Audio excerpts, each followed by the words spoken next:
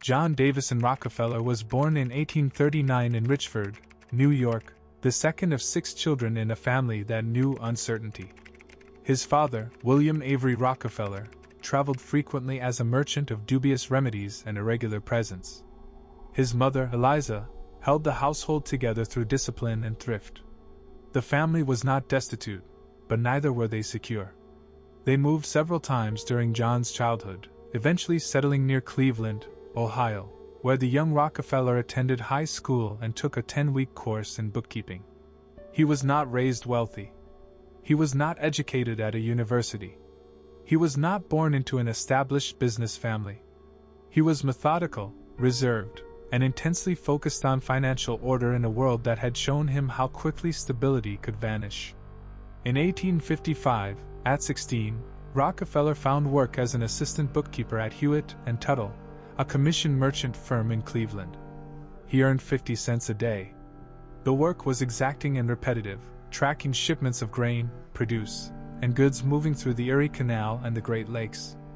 Rockefeller kept precise records. He observed how merchants operated, how credit functioned, how profit margins appeared and disappeared based on timing and information.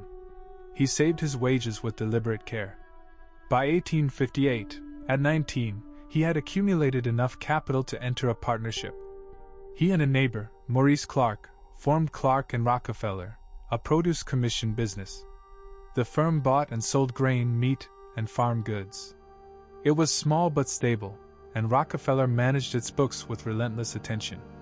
The American economy was expanding rapidly in the late 1850s, driven by railroads, westward settlement, and growing industrial demand. Rockefeller did not chase grand visions. He focused on margins, on reliability, on building credit relationships with banks. The firm grew modestly but consistently. Then came the Civil War. The Union Army needed vast quantities of food, clothing, and materials. Demand surged. Prices fluctuated wildly. Clark and Rockefeller secured contracts to supply grain and provisions to military buyers. The firm made substantial profits during the war years, not through speculation but through disciplined execution of contracts and careful management of supply chains. Rockefeller did not serve in the military. He paid for a substitute, a common practice among men of means at the time. Instead, he expanded the business. By the end of the war in 1865, he had accumulated significant capital and a reputation for reliability. He was 26 years old, financially secure, and positioned in a city that was becoming a critical hub for a new industry. Cleveland sat at the intersection of transportation networks. The city was connected by rail to the East Coast and by water to the Great Lakes and the Erie Canal. It was close to the oil fields of western Pennsylvania, where a new resource had been discovered just 6 years earlier. In 1859, Edwin Drake had drilled the first successful oil well in Titusville, Pennsylvania. The discovery set off a chaotic rush. Thousands of prospectors flooded into the oil regions, drilling wells wherever land could be leased. The early oil fields were disorganized and violent. Wells were drilled close together, often on contested land. Production was erratic. Prices swung wildly from $10 a barrel to 10 cents. The oil itself was crude and needed to be refined into kerosene, a fuel used for lamps, which was replacing expensive whale oil as the primary source of illumination in American homes. Refining was a messy, dangerous process involving distillation in large stills. Explosions were common. Quality varied. The industry had no standards, no dominant firms, and no clear structure. Rockefeller observed this from Cleveland. He did not rush into the oil fields. He did not drill wells. He saw that the real opportunity was not in extraction but in refining and distribution.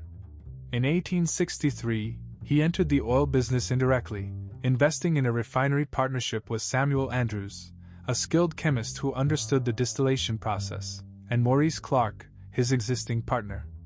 The refinery was built in Cleveland, strategically located between the oil fields and the markets of the East Coast. It processed crude oil into kerosene, capturing the middle distillate that burned cleanly in lamps. Andrews managed the technical work. Rockefeller managed the finances and the logistics. The refinery was efficient and well-run, but it was one of many. Cleveland had become a refining center, with dozens of small refineries competing for crude oil supplies and customers. In 1865, a conflict emerged within the partnership. Maurice Clark wanted to pursue other ventures and was uncomfortable with the risks of the oil business. Rockefeller wanted to expand the refinery and commit fully to oil. The partnership could not hold both directions. An auction was arranged. Rockefeller and Clark would bid against each other for full control of the refining business. Rockefeller bid aggressively, pushing the price higher and higher, until Clark withdrew at $72,500. It was an enormous sum, far more than the refinery's book value. Rockefeller borrowed heavily to complete the purchase. He now owned the refinery outright, in partnership only with Samuel Andrews. The firm was renamed Rockefeller and Andrews. He was 26 years old and had committed everything to oil. Rockefeller expanded immediately. He reinvested profits into additional stills, storage tanks, and barrel-making facilities. He negotiated directly with railroads for shipping rates, leveraging the volume of his shipments to secure discounts. He bought his own timber to make barrels, reducing costs. He hired chemists to extract more byproducts from the refining process, capturing benzene, paraffin, and lubricating oils that other refiners discarded. Every fraction of efficiency mattered. Rockefeller was not interested in innovation for its own sake. He was interested in cost control. The lower his production costs, the more competitive his kerosene prices could be. The more competitive his prices, the larger his market share. The larger his market share, the greater his leverage with railroads, suppliers, and customers. It was a reinforcing cycle, and Rockefeller understood it with absolute clarity. By 1870, Rockefeller and Andrews was one of the largest refineries in Cleveland, but it was still only one firm among many. The oil industry remained fragmented and unstable. Overproduction was constant. Too many wells drilled too quickly flooded the market with crude oil, driving prices down. Refiners fought for access to that crude, then fought to sell their kerosene into saturated markets. Many refineries operated at a loss. Bankruptcies were common. Rockefeller saw this chaos not as a problem but as an opportunity. He believed that the industry needed consolidation, that efficiency and stability required fewer, larger firms operating under coordinated control. In January 1870, he formalized this vision by incorporating a new entity. He brought in his brother William Rockefeller, Samuel Andrews, and a young financier named Henry Flagler, who had connections to banks and railroads. Together, they created the Standard Oil Company of Ohio, capitalized at $1 million. It was the beginning of a structure that would come to dominate not just refining, but the entire oil industry in America. Standard Oil began as a refinery, but Rockefeller understood that refining alone was not enough. Control required leverage at every point where value was created or extracted. The most immediate pressure point was transportation. Crude oil had to be moved from the western Pennsylvania fields to Cleveland. Kerosene had to be shipped from Cleveland to markets in the East and Midwest. Railroads controlled those movements, and railroads charged whatever rates the market would bear. In the early 1870s, three major railroads competed for oil traffic: the Erie, the New York Central, and the Pennsylvania Railroad. They fought each other through rate wars, slashing prices to attract volume, then raising them again when competitors faltered. Refiners were caught in the middle, unable to predict costs or plan operations with any certainty. Rockefeller approached the railroads not as a supplicant but as a partner with leverage. Standard Oil was already shipping large volumes of kerosene, and those volumes were predictable and consistent. Rockefeller proposed a simple arrangement. In exchange for guaranteed, steady shipments, the railroads would give Standard Oil discounted rates. The railroads agreed. They preferred stable contracts over chaotic competition. But Rockefeller went further. He negotiated rebates not only on his own shipments, but also on the shipments of his competitors. For every barrel a rival refiner shipped, a portion of that freight charge was quietly returned to Standard Oil. The rebates were confidential. Competitors had no idea they were funding Rockefeller's cost advantage. Standard Oil could now sell kerosene at prices that other refineries could not match, even when those refineries were equally efficient in their operations. The playing field was not level. It was tilted, structurally and deliberately, in Standard Oil's favor. In 1872, this arrangement was formalized through a larger scheme called the South Improvement Company. It was not Rockefeller's creation, but he joined it. The plan involved the three major railroads and a group of large refiners, including Standard Oil. The railroads would raise their published rates dramatically, then offer massive rebates only to members of the South Improvement Company. Non-members would pay the inflated rates, effectively pricing them out of the market. In return, the member refiners would allocate shipments among the railroads in agreed proportions, ending the rate wars. It was a cartel, designed to stabilize railroad revenues and eliminate smaller refiners. The scheme became public almost immediately. Oil producers in Pennsylvania were outraged. They saw it as a conspiracy to crush independent drillers and refiners. Protests erupted. Towns in the oil regions refused to sell crude to South Improvement members. The Pennsylvania legislature launched investigations. Within weeks, the South Improvement Company collapsed under public pressure. The railroads backed out. The charter was revoked. But the collapse did not slow Rockefeller. If anything, it clarified his strategy. He could not rely on formal cartels that required public charters and political approval. He would have to build control through direct ownership. In the chaos following the South Improvement scandal, oil prices were unstable and many refiners were desperate. Rockefeller moved quickly. He approached competitors in Cleveland, one by one, and made offers to buy them out. Some accepted cash. Others accepted stock in Standard Oil, becoming minority partners in the larger enterprise. Rockefeller was methodical and patient in these negotiations. He presented the consolidation as inevitable, as a matter of survival in an industry that could not sustain so many small firms. He was not wrong. Many refiners were already struggling. Rockefeller offered them a way out, and many took it. In a matter of months in 1872, Standard Oil acquired more than 20 of the 26 refineries in Cleveland. The city's refining capacity was now almost entirely under Rockefeller's control. He did not stop with Cleveland. Over the next several years, Standard Oil expanded into Pittsburgh, Philadelphia, New York, and the oil regions of Pennsylvania itself. The strategy was the same: approach competitors, offer to buy them out, and absorb their capacity into the Standard Oil system. Some sales were genuinely voluntary. Others were coerced. Rockefeller used his railroad rebates to undercut competitors in specific markets, selling kerosene at a loss until the rival refiner faced bankruptcy, then offering to purchase the distressed assets. It was not illegal. It was ruthless. By 1878, Standard Oil controlled roughly 90% of the refining capacity in the United States. The company processed more than 30,000 barrels of crude oil per day. It was no longer one firm among many. It was the dominant force in American oil. But dominance in refining was still not complete control. Standard Oil depended on crude oil produced by thousands of independent drillers in Pennsylvania and, increasingly, in new fields being discovered in Ohio and other states. Those producers could, in theory, organize and refuse to sell to Standard Oil, or demand higher prices. Rockefeller moved to eliminate that leverage. Standard Oil began buying pipelines. Pipelines were the most efficient way to move crude oil from wells to railroads or refineries, and whoever controlled the pipelines controlled access to the crude supply. Independent pipeline companies had been built throughout the oil regions, but they were expensive to maintain and vulnerable to competition. Standard Oil bought them quietly, often through subsidiary companies that disguised the ultimate ownership.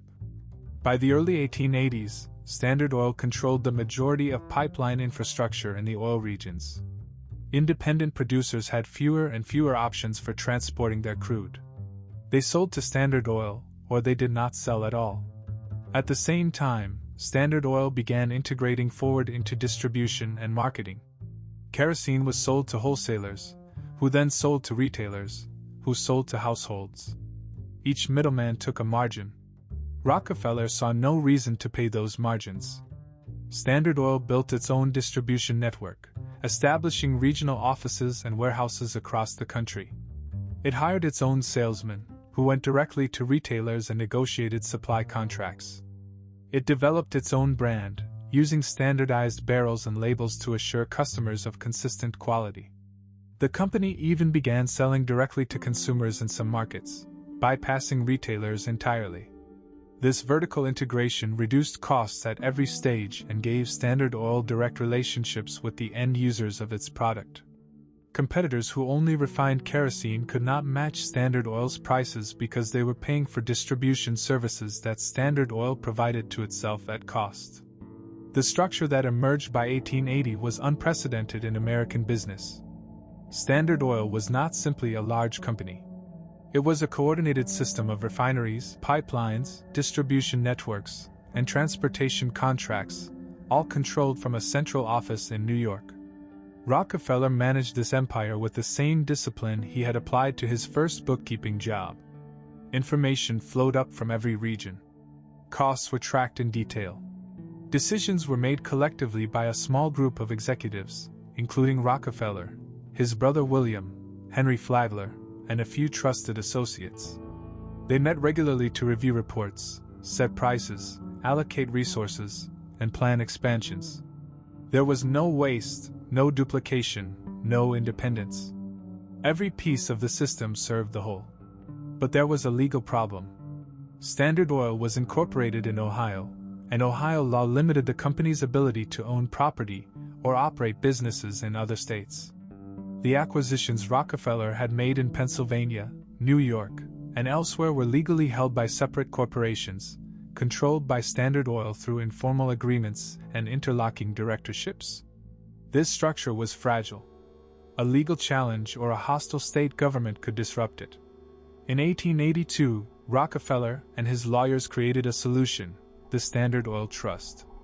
It was a new legal form, designed to centralize control while maintaining the appearance of separate companies.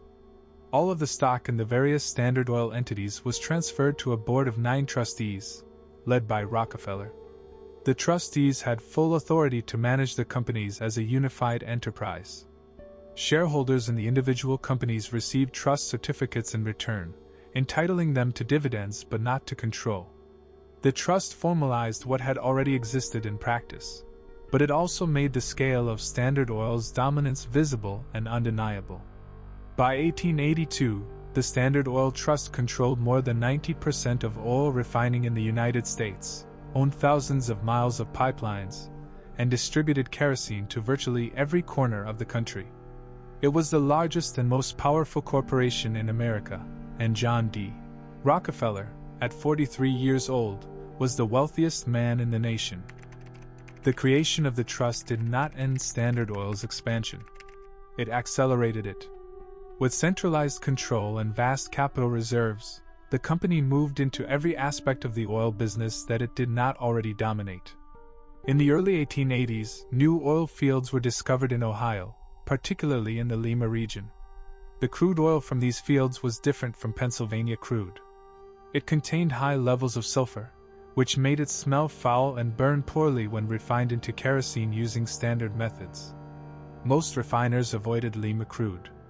It was cheap, but it seemed useless.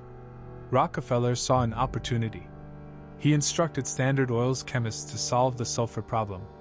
They experimented with various treatments and eventually developed a process that removed enough sulfur to make the kerosene marketable. Standard Oil began buying Lima crude in enormous quantities, far more than it needed for immediate refining. Competitors thought Rockefeller had made a mistake, that he was gambling on unproven reserves. But the gamble was deliberate. By controlling the Lima fields and the refining process that made their crude viable, Standard Oil secured a massive, cheap source of raw material that no one else could use effectively. When the process was perfected, Standard Oil had locked in a cost advantage that would last for years. At the same time, the company expanded internationally. Kerosene was not only used in the United States. It was in demand across Europe, Asia, and Latin America, particularly in regions where electricity had not yet arrived and lamp oil was the primary source of light. Standard Oil built export networks, shipping kerosene in bulk to foreign ports and establishing distribution systems in major cities abroad.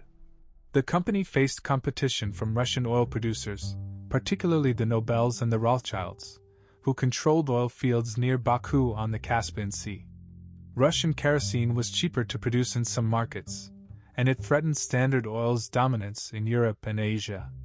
Rockefeller responded by cutting prices aggressively in contested markets, using profits from the protected American market to subsidize losses abroad. He also negotiated exclusive contracts with shipping companies and foreign distributors, locking competitors out of key channels. The export business became a significant part of Standard Oil's revenue. By the mid-1880s, the company was selling kerosene in China, India, South America, and across Europe. It was no longer just an American monopoly. It was a global enterprise.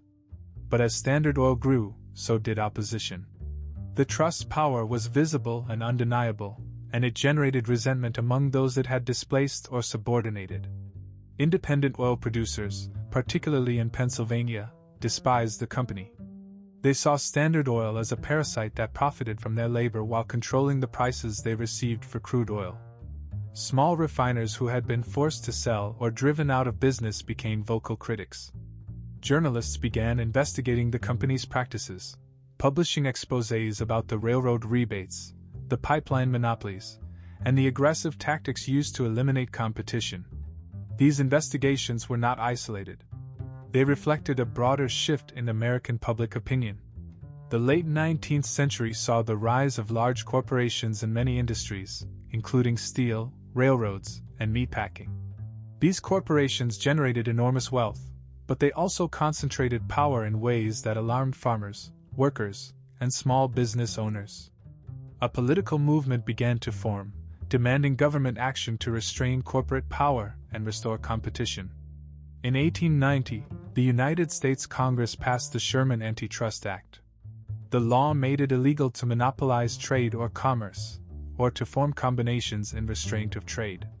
It was broadly written and vaguely defined, intended to give the federal government tools to challenge monopolies without specifying exactly what constituted illegal behavior.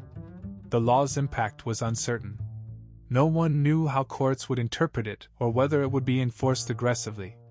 Standard Oil continued operating as before, confident that its structure was legal and that the government lacked the will or the capacity to dismantle such a large and complex enterprise. But state governments were less cautious. In 1892, the Supreme Court of Ohio ruled that the Standard Oil Trust violated Ohio law. The trust form, the court said, was an illegal combination designed to evade state regulation and create a monopoly. The court ordered the trust dissolved. Rockefeller and his lawyers complied, technically. The trust was formally disbanded, and the stock in the various Standard Oil companies was returned to individual shareholders. But this was a surface change. The same people controlled the companies. The same executives made the decisions. The same centralized coordination continued, now managed through informal agreements and interlocking directorships rather than through the explicit legal structure of the trust. The practical power of Standard Oil was unchanged. For nearly a decade, this arrangement held. Standard Oil continued to dominate the oil industry, controlling refining, pipelines, and distribution. The company's profits grew steadily. Rockefeller himself stepped back from daily operations in the mid-1890s, delegating more authority to executives like John Archbold, who managed the company's strategic decisions. Rockefeller remained the largest shareholder and the ultimate authority, but he was no longer involved in routine management. He focused increasingly on philanthropy, donating vast sums to educational and medical institutions, including the founding of the University of Chicago and the Rockefeller Institute for Medical Research. His public image began to shift. He was no longer just a ruthless businessman. He was a benefactor, a philanthropist, a man using his wealth to serve society. But the political pressure did not relent. In 1901, Theodore Roosevelt became president after the assassination of William McKinley. Roosevelt was a progressive Republican, skeptical of concentrated corporate power and willing to use federal authority to challenge it. He directed his Attorney General to investigate large corporations for antitrust violations. Standard Oil was an obvious target. In 1906, the federal government filed suit against Standard Oil under the Sherman Antitrust Act, charging the company with monopolizing the oil industry through illegal combinations and restraint of trade. The case was enormous and complex. The government had to prove that Standard Oil's dominance was the result of illegal behavior, not just superior efficiency or business skill. It had to document the railroad rebates, the predatory pricing, the pipeline monopolies, and the coordinated suppression of competition across dozens of markets and states. The trial lasted for years. Witnesses testified about railroad agreements, pipeline acquisitions, and the destruction of competitors. Internal Standard Oil documents were subpoenaed and entered into evidence. The company's lawyers argued that Standard Oil had simply been more efficient than its competitors, that it had lowered prices for consumers, and that the oil industry was healthier and more stable because of consolidation. They pointed to the fact that kerosene prices had fallen steadily during the period of Standard Oil's dominance, benefiting households across the country. The government countered that lower prices were the result of aggressive predatory tactics designed to eliminate competition, and that once competition was destroyed, Standard Oil had the power to raise prices at will. The case moved slowly through the courts, from district court to the Federal Circuit Court, and finally to the United States Supreme Court. In May 1911, the Supreme Court issued its decision. The court ruled that Standard Oil had violated the Sherman Antitrust Act. The company had engaged in unreasonable restraint of trade through a coordinated campaign to suppress competition and monopolize the oil industry. The court ordered Standard Oil dissolved. The company was to be broken into 34 separate entities, each operating independently in different regions or sectors of the oil business. The largest of these successor companies included Standard Oil of New Jersey, Standard Oil of New York, Standard Oil of California, Standard Oil of Indiana, and Standard Oil of Ohio. Other pieces included pipeline companies, distribution firms, and regional refiners. The breakup was to be completed within 6 months. The decision was a legal and symbolic defeat for Rockefeller and Standard Oil, but it was not a financial catastrophe. Rockefeller and other major shareholders owned stock in all of the successor companies. When Standard Oil was broken up, they received proportional shares in each of the new entities. Those entities continued to operate profitably, and many of them grew into major corporations in their own right. Standard Oil of New Jersey eventually became Exxon. Standard Oil of New York became Mobil. Standard Oil of California became Chevron. The breakup did not destroy the wealth that Standard Oil had accumulated. It redistributed the corporate structure while leaving the underlying assets and market positions largely intact. The breakup of Standard Oil in 1911 marked the end of the trust as a unified entity, but it did not mark the end of the oil industry's transformation. The successor companies inherited more than just refineries and pipelines. They inherited market position, technical expertise, distribution networks, and access to capital. They also inherited the organizational methods that Rockefeller had developed: vertical integration, cost control, economies of scale, and strategic coordination. These methods did not disappear with the legal dissolution. They became the operating principles of the modern oil industry.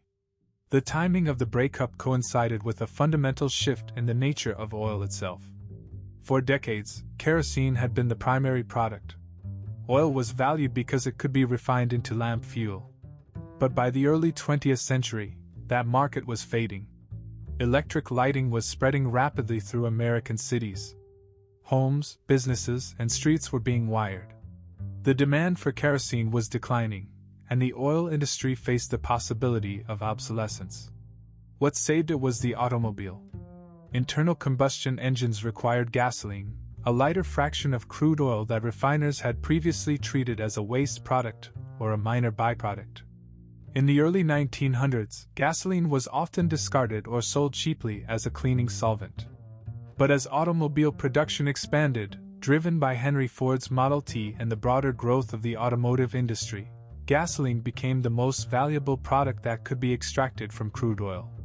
The successor companies of Standard Oil were positioned to dominate this new market.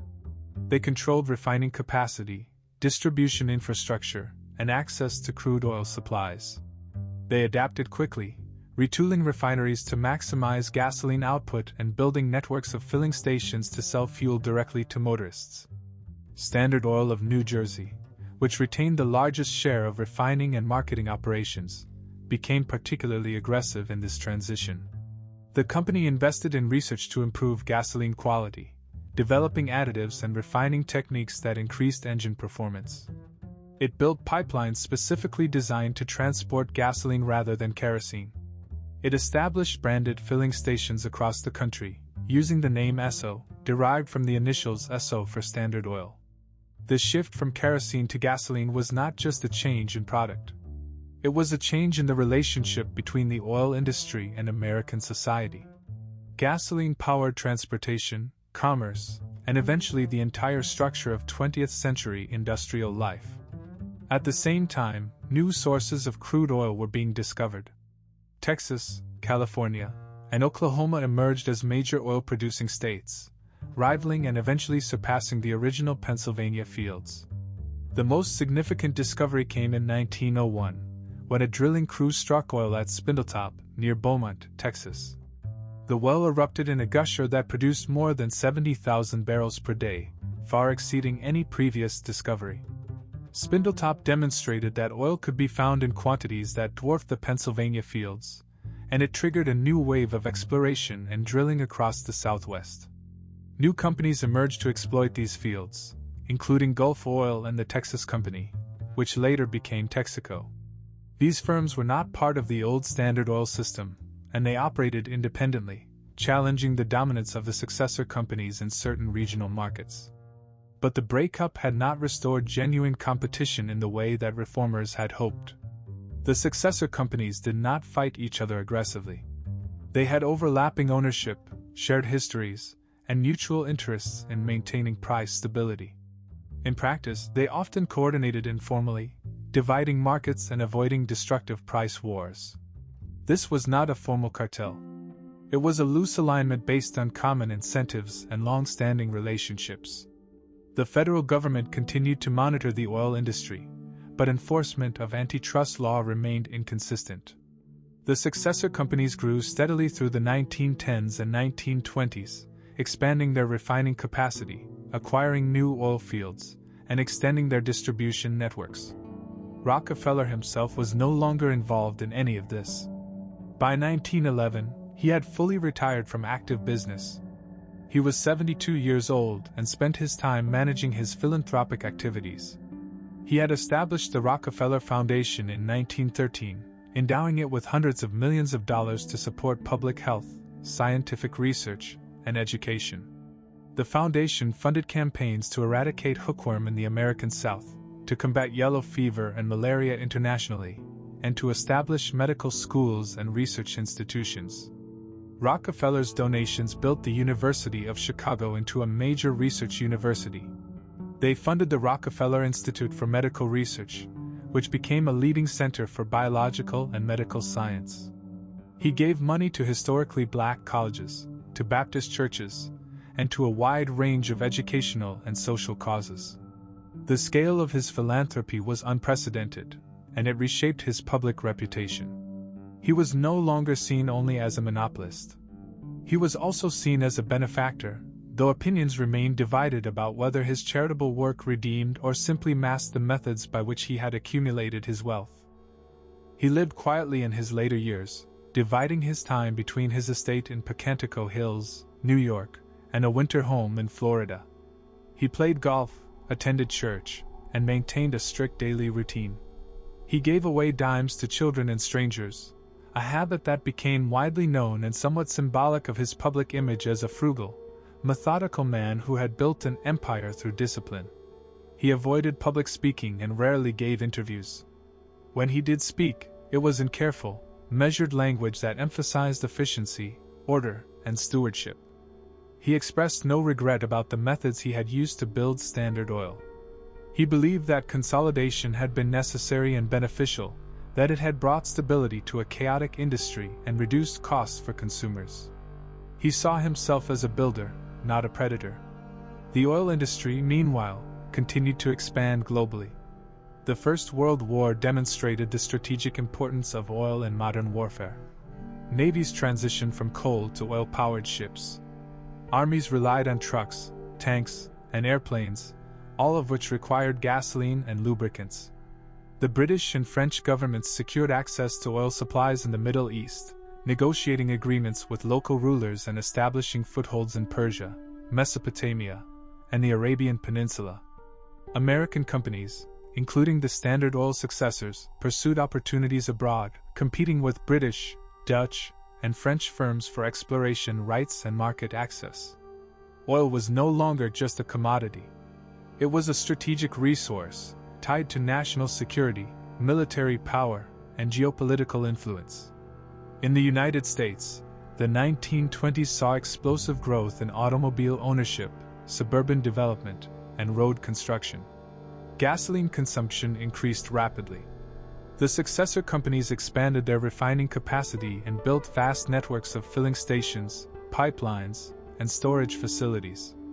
They invested in oil exploration, both domestically and internationally, securing reserves to meet future demand. Standard Oil of New Jersey formed partnerships with foreign firms, including a joint venture with the Anglo-Persian Oil Company to market oil in Europe and Asia. Standard Oil of California acquired drilling rights in the Middle East, negotiating with the government of Saudi Arabia to explore for oil in the Arabian Desert. These ventures were speculative and risky, but they positioned American companies to dominate global oil markets in the decades that followed. Rockefeller lived through all of this, watching the industry he had built evolve into something far larger and more complex than he had imagined. He died in 1937, at the age of 97, at his home in Ormond Beach, Florida. His estate was valued at approximately $1.4 billion, making him almost certainly the wealthiest individual in American history when adjusted for inflation. His fortune was divided among his heirs and his philanthropic foundations. His son, John D. Rockefeller Jr., continued the family's philanthropic work, funding the construction of Rockefeller Center in New York, the restoration of Colonial Williamsburg, and the donation of land for the United Nations headquarters. The Rockefeller name became associated with both immense wealth and significant contributions to public welfare, a legacy that reflected the dual nature of the empire that John D. Rockefeller had created. The decades following Rockefeller's death saw the full realization of oil's centrality to modern civilization. The Second World War, even more than the First, was shaped by access to petroleum. Germany and Japan, lacking secure oil supplies, pursued military campaigns partly to secure oil fields in the Caucasus and Southeast Asia. The United States, by contrast, had abundant domestic oil production and used it to fuel a massive war effort. American refineries produced aviation gasoline for bombers and fighters, diesel fuel for ships and submarines, and lubricants for tanks and machinery. The Standard Oil successor companies played critical roles in this production, operating under government direction but retaining their corporate structures and profit margins. The war demonstrated beyond any doubt that oil was fundamental to national power, and that control of oil resources could determine the outcome of global conflicts. After the war, the American economy entered a period of rapid expansion. Suburbanization accelerated. Highways were built. Automobile ownership became nearly universal among middle-class families. The interstate highway system, authorized in 1956, created a vast network of roads that reshaped patterns of settlement, commerce, and daily life. All of this required oil. Gasoline consumption in the United States grew steadily, reaching levels that would have been unimaginable in Rockefeller's era. The successor companies expanded to meet this demand, building larger refineries, extending pipeline networks, and increasing their control over crude oil supplies both domestically and abroad. The most important foreign oil reserves were in the Middle East. American companies had secured exploration rights in Saudi Arabia in the 1930s, and after the war, they developed those fields aggressively. In 1948, the Arabian American Oil Company, known as Aramco, began large-scale production in Saudi Arabia. Aramco was a consortium controlled by Standard Oil of California, Standard Oil of New Jersey, Texaco, and Mobil. The arrangement gave the Saudi government royalties on oil production while leaving operational control in the hands of the American companies. The oil fields in Saudi Arabia proved to be extraordinarily rich, containing reserves far larger than anything in the United States. By the 1950s, Middle Eastern oil was flowing to Europe, Asia, and the United States in massive quantities, and the American companies that controlled access to that oil wielded enormous influence over global energy markets. But this control was not permanent, and it was increasingly contested. The governments of oil-producing countries, particularly in the Middle East and Latin America, began to demand greater control over their own resources. They saw the concession arrangements as colonial relics, allowing foreign companies to extract wealth while local populations received only modest royalties. Nationalist movements gained strength. In 1951, Iran nationalized its oil industry, seizing control of facilities operated by the Anglo-Iranian Oil Company, a British firm. The move set off a crisis. Britain imposed economic sanctions and orchestrated, with American assistance, a coup that overthrew Iran's elected government and restored the Shah to power. The oil industry was reorganized under a new consortium that included American companies, but the episode demonstrated the fragility of foreign control over oil resources. Similar pressures emerged elsewhere. In 1960, 5 oil-producing countries, Saudi Arabia, Iran, Iraq, Kuwait, and Venezuela, formed the Organization of Petroleum Exporting Countries, known as OPEC. The organization's goal was to coordinate production levels and negotiate collectively with the oil companies to secure higher prices and greater revenue shares. Initially, OPEC had limited influence. The major oil companies, including the Standard Oil successors, still controlled refining, transportation, and marketing, and they could play producing countries against each other. But over time, OPEC members gained leverage. They controlled the oil reserves. The companies needed access to those reserves to supply their refineries and customers. By the early 1970s, the balance of power had shifted. In 1973, that shift became visible in a dramatic way. In October of that year, during the Yom Kippur War between Israel and Arab states, OPEC's Arab members imposed an oil embargo on the United States and other countries that supported Israel. Oil shipments were cut. Prices quadrupled within months. Gasoline shortages appeared in the United States. Lines formed at filling stations.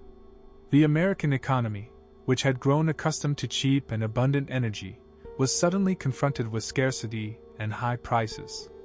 The embargo ended in 1974, but the underlying change was permanent. OPEC had demonstrated that it could control supply and dictate prices. The era of cheap oil was over. The major oil companies, including Exxon, Mobil, and Chevron, remained large and profitable, but they no longer controlled the global oil market in the way that Standard Oil had once controlled the American market. Power had shifted to the producing countries. The 1970s and 1980s saw further transformations. Oil-producing countries nationalized foreign-owned facilities or renegotiated contracts to take majority ownership and operational control. The companies that had once held concessions became service providers or minority partners. They adapted by diversifying, investing in oil exploration in regions outside OPEC control, including the North Sea, Alaska, and deepwater offshore fields. They also expanded into petrochemicals, using oil and natural gas as feedstocks to produce plastics, fertilizers, and synthetic materials. The business model evolved, but the fundamental role of oil in the global economy remained unchanged. Transportation, manufacturing, agriculture, and electricity generation all depended on petroleum products. The companies that could supply those products, whether directly or through partnerships with national oil companies, continued to generate enormous revenues. At the same time, the environmental and social costs of oil extraction and consumption became increasingly visible. Oil spills damaged coastlines and marine ecosystems. Air pollution from automobile exhaust and industrial emissions contributed to smog and respiratory illness. The burning of fossil fuels released carbon dioxide into the atmosphere, contributing to a gradual warming of the planet that scientists began to document with growing alarm. The oil companies were aware of these issues. Internal research conducted by Exxon and other firms in the 1970s and 1980s confirmed that carbon emissions from fossil fuels were likely to cause significant climate change. But the companies did not reduce production or shift away from oil. Instead, they funded research to cast doubt on climate science and lobbied against regulations that would limit carbon emissions. The legacy of Standard Oil's single-minded focus on efficiency and market control persisted in its successor companies, even as the external consequences of that focus became undeniable. By the end of the 20th century, the oil industry had become a global system involving national oil companies, international corporations, commodity traders, and financial markets. The names of the Standard Oil successors were still prominent: Exxon, Mobil, Chevron, but they no longer dominated in the way they once had. In 1999, Exxon and Mobil merged, reforming into ExxonMobil and creating the largest publicly traded oil company in the world. The merger was partly a response to competition from state-owned oil companies in Saudi Arabia, Russia, and China, which controlled larger reserves and produced more oil than any private firm. The structure that Rockefeller had built more than a century earlier had fragmented, evolved, and dispersed across the globe, but its core logic, vertical integration, cost control, and market power, remained embedded in the industry. The 21st century brought new pressures that even Rockefeller's methods could not fully withstand. The oil industry faced challenges not just from competitors or regulators, but from the fundamental physics of energy and climate. Scientific consensus solidified around the reality that carbon emissions from burning fossil fuels were warming the planet, altering weather patterns, raising sea levels, and threatening ecosystems. International agreements, beginning with the Kyoto Protocol in 1997 and continuing through the Paris Agreement in 2015, committed nations to reducing greenhouse gas emissions. The political and social environment was shifting. Public awareness of climate change grew. Investors began questioning the long-term viability of fossil fuel companies. Activists targeted oil infrastructure and financing. The assumption that oil demand would grow indefinitely, the assumption that had driven the industry for more than a century, was no longer certain. The major oil companies, including ExxonMobil, Chevron, and others descended from Standard Oil, faced a strategic dilemma. They possessed enormous reserves of oil and natural gas, assets worth hundreds of billions of dollars. Their business models, their infrastructure, and their expertise were all built around extracting and selling those resources. But if the world moved seriously toward decarbonization, those assets could become stranded, unburnable, worthless. The companies responded in different ways. Some invested cautiously in renewable energy, funding solar, wind, and biofuel projects as hedges against a future where oil demand declined. Others doubled down on oil and gas, arguing that fossil fuels would remain essential for decades and that the transition to alternative energy would be slow and incomplete.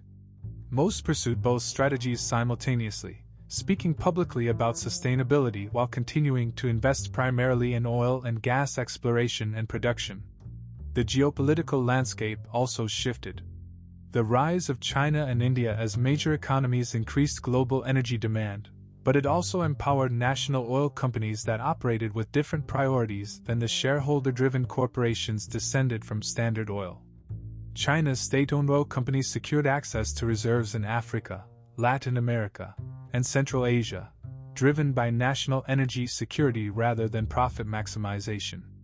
Russia reasserted control over its oil and gas industry, using energy exports as tools of political influence in Europe and beyond. The United States, meanwhile, experienced a resurgence in domestic oil production through hydraulic fracturing and horizontal drilling, technologies that unlocked oil and gas from shale formations that had previously been uneconomical to exploit. By the 2010s, the United States had become the world's largest oil producer, surpassing Saudi Arabia and Russia. This was not the result of discoveries in traditional oil fields. It was the result of technological innovation applied to resources that had always existed but had been inaccessible. The fracking boom temporarily restored a degree of American dominance in global energy markets, but it also intensified debates about environmental impact. Fracking required large quantities of water, generated wastewater that had to be disposed of, and raised concerns about groundwater contamination and induced seismic activity. Communities near fracking sites reported health problems and property damage.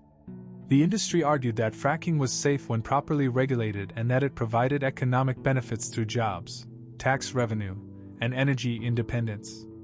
The arguments echoed older debates about the costs and benefits of industrial development, debates that had surrounded Standard Oil itself a century earlier.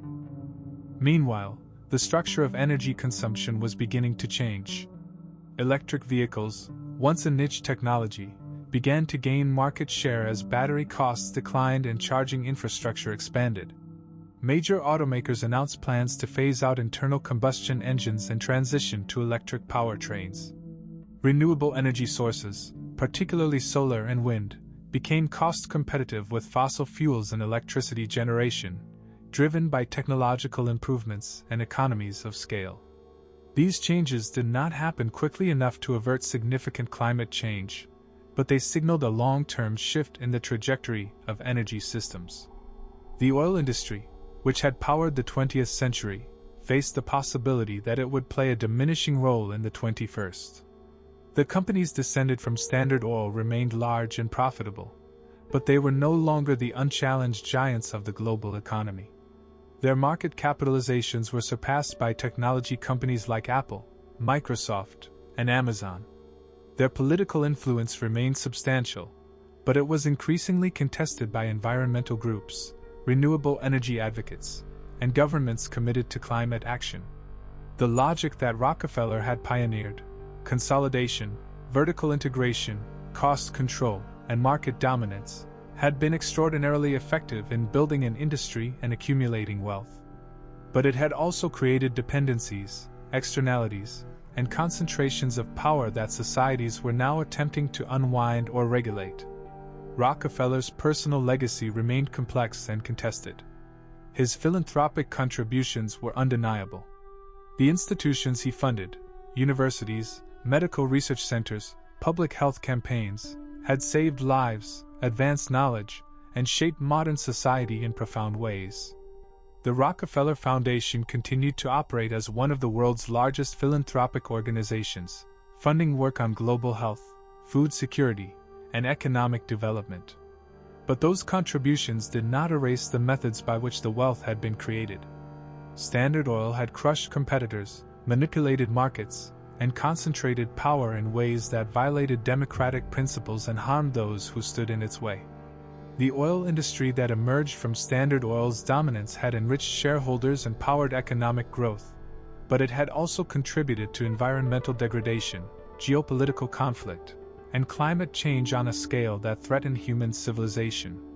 The question of how to assess Rockefeller and his empire had no simple answer.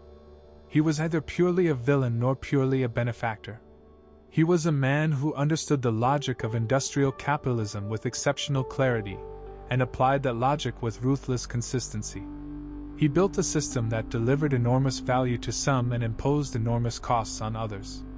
He demonstrated what was possible when efficiency, scale, and control were pursued without meaningful constraint. The system he created outlasted him by a century, shaping the development of modern economies, the structure of corporate power, and the physical infrastructure of daily life. But that system was not permanent. It was a product of specific technologies, specific resources, and specific legal and political conditions. As those conditions changed, the system adapted, fragmented, and faced challenges that its creator had never anticipated.